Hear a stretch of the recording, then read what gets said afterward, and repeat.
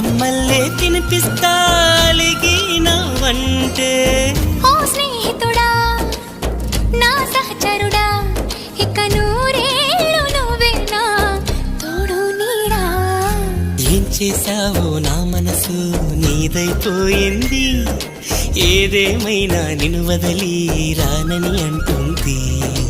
ఏం చేసావో నా ప్రాణం నీ చుట్టే ఉంది, ఏదేమైనా జీవితమే నీదని చెబుతుంది.